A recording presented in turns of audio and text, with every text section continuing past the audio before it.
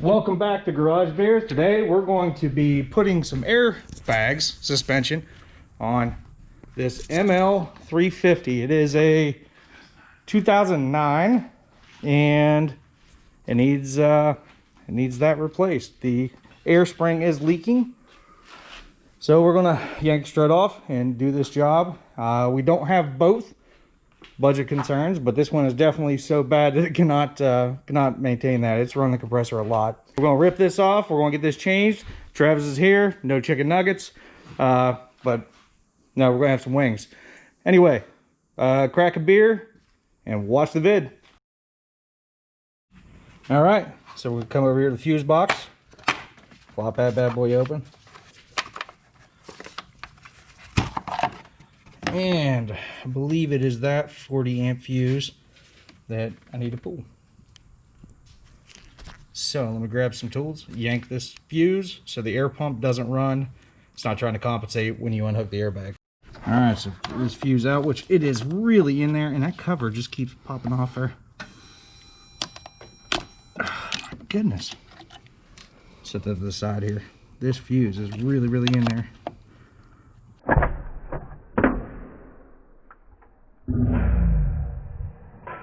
Okay, well that's not how that was supposed to go. But it's out. Put the cover back on it. All right, so then we'll pop over here and take this airbag off. Okay, so first pull this wheel off. We're on lift. I've lost my damn socket. I don't know how. I was literally just using it to loosen up those lug nuts. And I can't find it. Ah, Travis found it. I don't know why I was over there. All right, so pull that wheel off. And then pull the inner fender. I've got the wheel off. I've disconnected everything in here. Okay, so there's a right here is a little connector that goes to this. Well, I don't know what the heck that is, to be quite honest with you. Here's the wire. So it was hooked in there and it was mounted there. So remove that. It's got a little square back. You just find the right angle and take it off. And pull all your brake lines, make sure they're loose enough for the strut to come out, and make sure there's no lines connected here that are going to pull out when you remove the strut. Also disconnected this power lead right here. That was, I believe, for the strut module. I'm not 100% on that, but I went ahead and unhooked it. Even though I've got the fuse undone, I went ahead and unhooked that as well. Now is also a good time to inspect your brakes, which these look pretty good. Road surface looks okay. A little glazed, but anyway, actually the upper control arm looks relatively new. And when we pop it apart, we'll check this upper ball joint here, but that looks pretty good, you know, on visual inspection. And it looks like it's been replaced as well. So we're going to get this back down out of the air. We're going to disconnect the air line, start dropping the strut. Okay, we're going to lube these up. I don't know how bad it's going to be to come out, so let's get some WD on here. I'm going to do that in the bottom of the strut. Honestly, the bottom of the strut looks like it's going to be a nightmare. And then we're going to also lube up right here. That is your sway bar.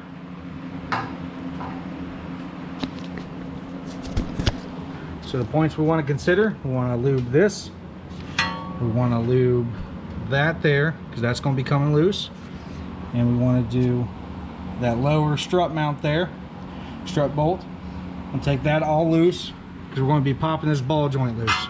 Hopefully. I don't have a ball joint tool, so we're just going to smack it. Okay, so 21mm wrench. I want to ratchet with a T40, like so. It goes in the end. Like that. And then just work it off.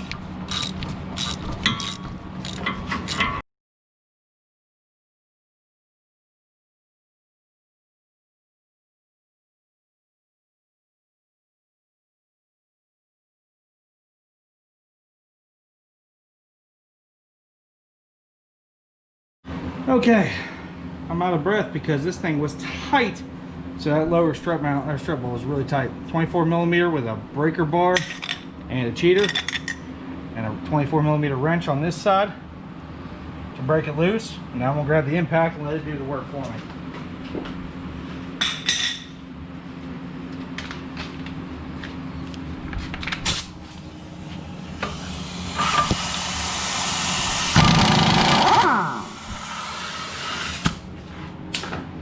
Much easier with that. All right, now I'm gonna knock that bolt out. Okay, strut will be loose. Strut is loose, sitting in there. Okay, so got lucky and that came off. So we're gonna try to break this knuckle loose with the old-fashioned BFH.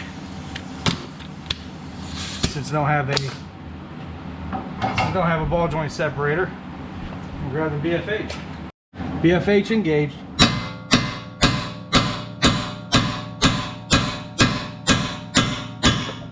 BFH works.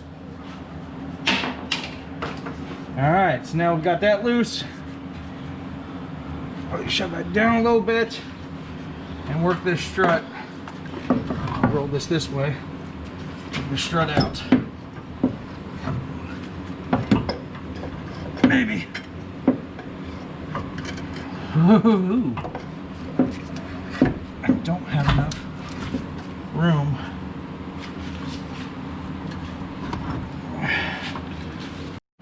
Okay, so it helps to have a second person, hopefully. And push down. And try to work this up out. My stuff. Top tip. I leave a bolt or two in the top of this strut because it helps keep it up. It gives you just enough clearance if you got a second person pushing down on this. So now this is coming out. And we'll pull the air strut off and we'll get to that. So we have a 19 millimeter? Yeah, 19 millimeter on top here. And I can just screw this out by hand. And way out. Boom.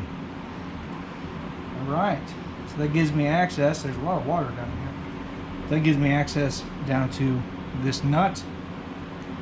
So we're going to try to stick a socket on it, which I'm not sure what size that is. I'm going to find out. Okay, so I took a 17 millimeter, put it on my impact, and hit this to loosen it up. So now I'm going to take a flat screwdriver, place it against the edge of that nut, and a 5 millimeter, and see if we can back that off.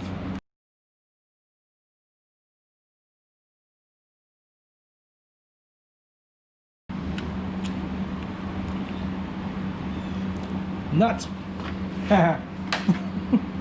It's got a little washer in there, so let's tap that off.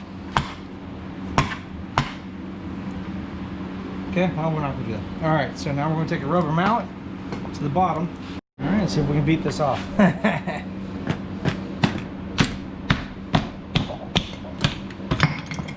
she is. All right, one strut removed. So we have the new air spring on. Apparently it's different than the stock one, or at least on this one it was. That top screwed out. This top pushes in. So I'm gonna line up my socket here and beat it in.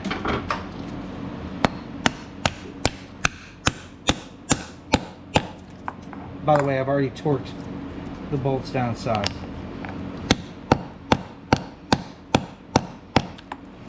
And needs to go down far enough for this locking pin to go in, or this circlip to go in. It's right here. Let's see if she'll go. Take a screwdriver and double check everything. Make sure it's in the grooves. Spin it. Way to check it is to try to spin it in the groove. And there it goes in the groove, so it's there. All right.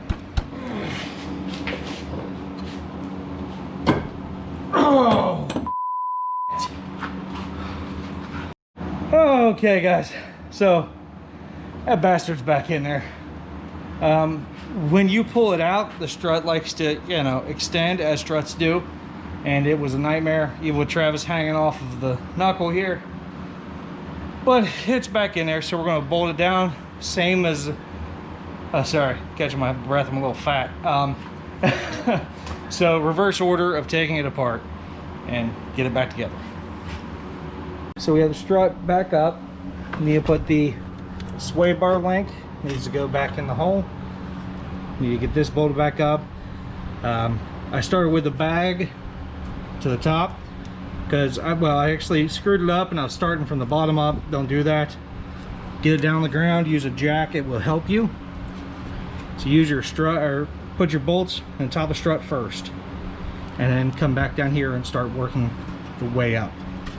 Okay, so I'll show you here. So get these bolts through first, because if you don't get these lined up, it is a pain. It's a pain in the butt down here. So make sure you do that. Old airline piece removed, new one getting ready to go on. Oh, almost lost shit. Don't do that. You need that little flare guy right there. It's got sitting there nice and tight, good and tight. Oh shit!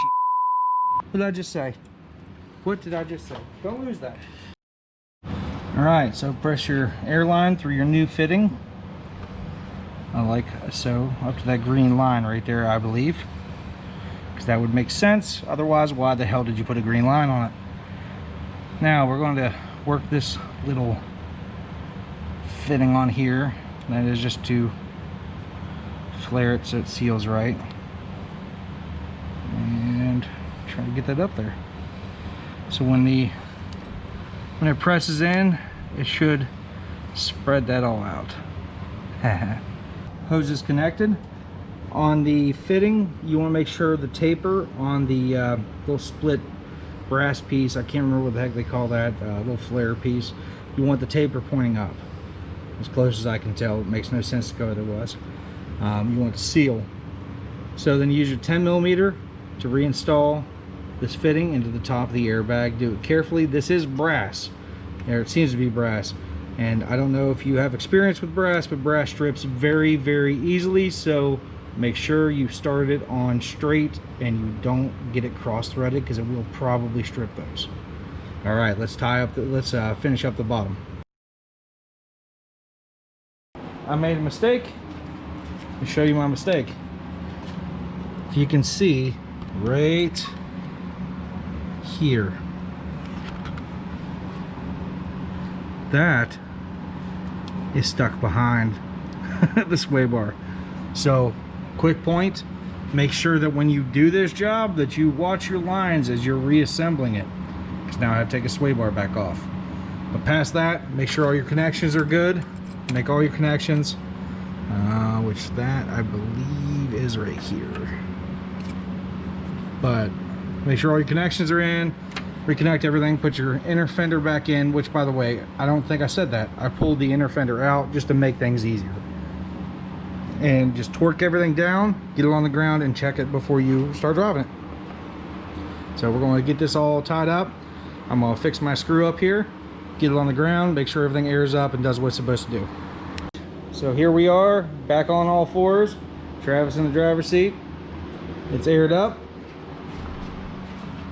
So far, I don't see any leaks. Now you can always use soapy water to check for any leaks. I'm probably going to do that here off of camera, but also replace the fuse. So we can go ahead and button up this fuse box.